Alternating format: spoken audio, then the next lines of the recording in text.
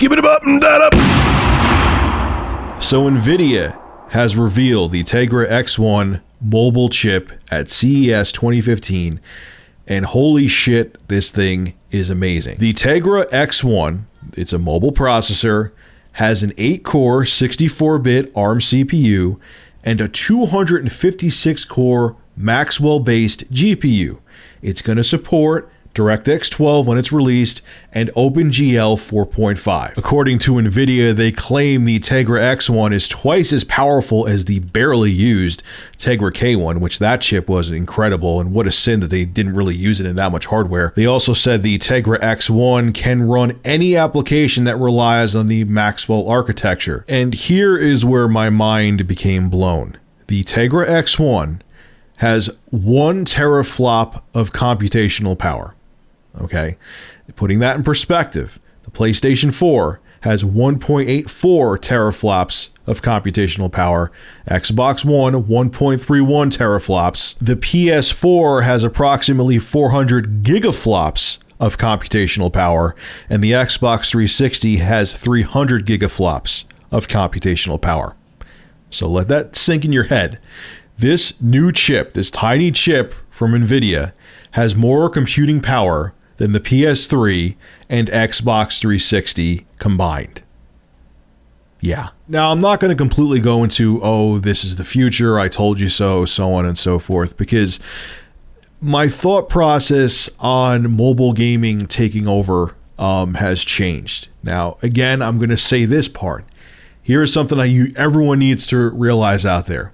Your tablet, your smartphone, your PlayStation 4, your Xbox One, your Wii U, and your PC are all computers, okay? And people can make them do whatever they want to. So if someone one day says, hey, I want to make a AAA game using the Tegra X1 that's maybe HTC makes a smartphone with the Tegra X1 in there, and I'm going to make a good controller, and I'm going to make a AAA game, and boom, all you got to do, like I've said before, is hook up the controller via Bluetooth, hook up HDMI from that smartphone to your TV, and you'll have a console gaming experience with your smartphone. But why don't I think yet anyway, for quite a while, that mobile gaming, it will take over.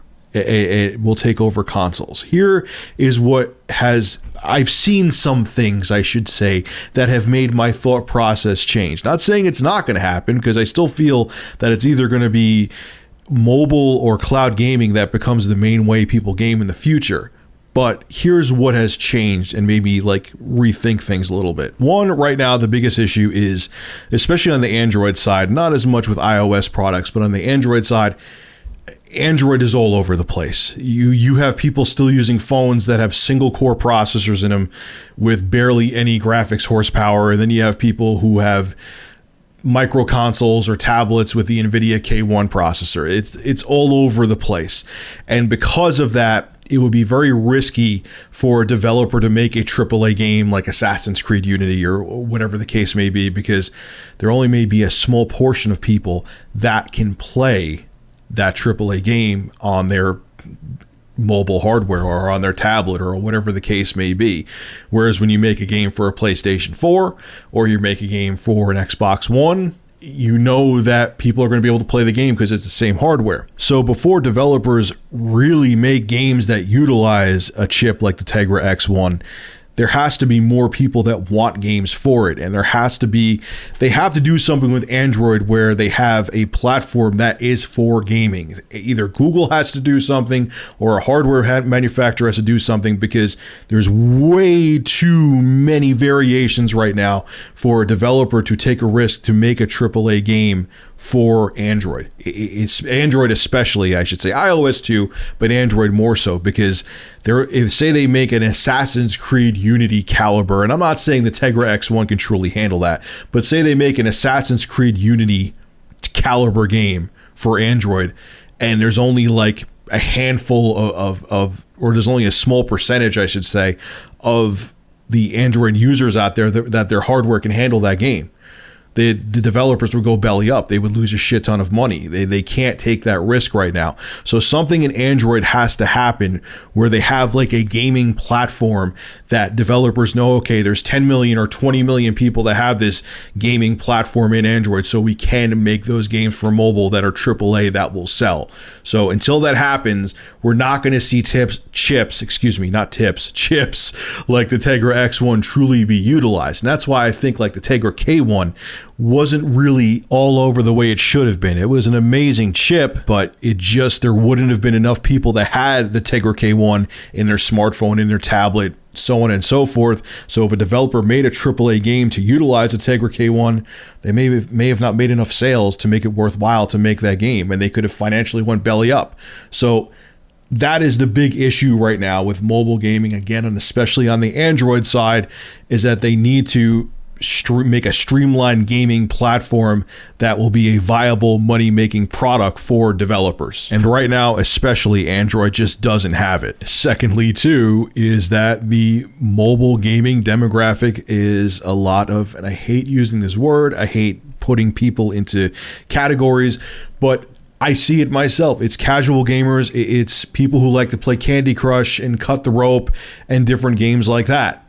And those are the games that are making money right now on Android. And those games don't require a Tegra X1 to run. You could play most of the most popular games like Candy Crush on phones from like 2010, 2011, and they'll run just fine. So you take that into consideration where the casual non-hardware demanding games are the biggest money makers.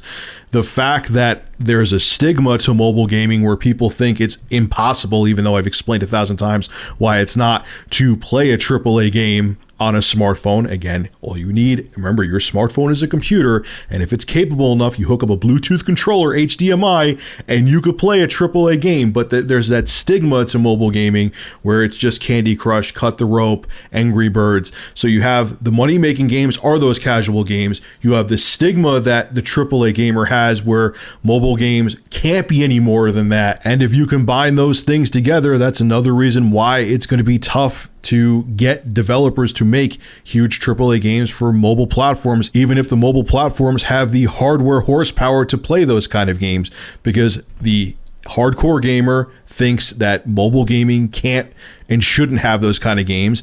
And on top of it too, the casual games are making a shit ton of money on mobile platforms. So people and developers, I should say, aren't interested in making AAA games because these easy casual games to program and design are making millions upon millions of dollars. So the bottom line is this: even if the processing power is there and there's chips that come out for mobile platforms that are more powerful than the Xbox One and PS4, there also has to be the audience there, because if there isn't the audience there, the games aren't going to be made to take advantage of the powerful hardware. All right, folks, this is Rich of Review Tech USA. Make sure to rate, comment, favorite, and subscribe. And as always, thank you for supporting my channel. Have a good one.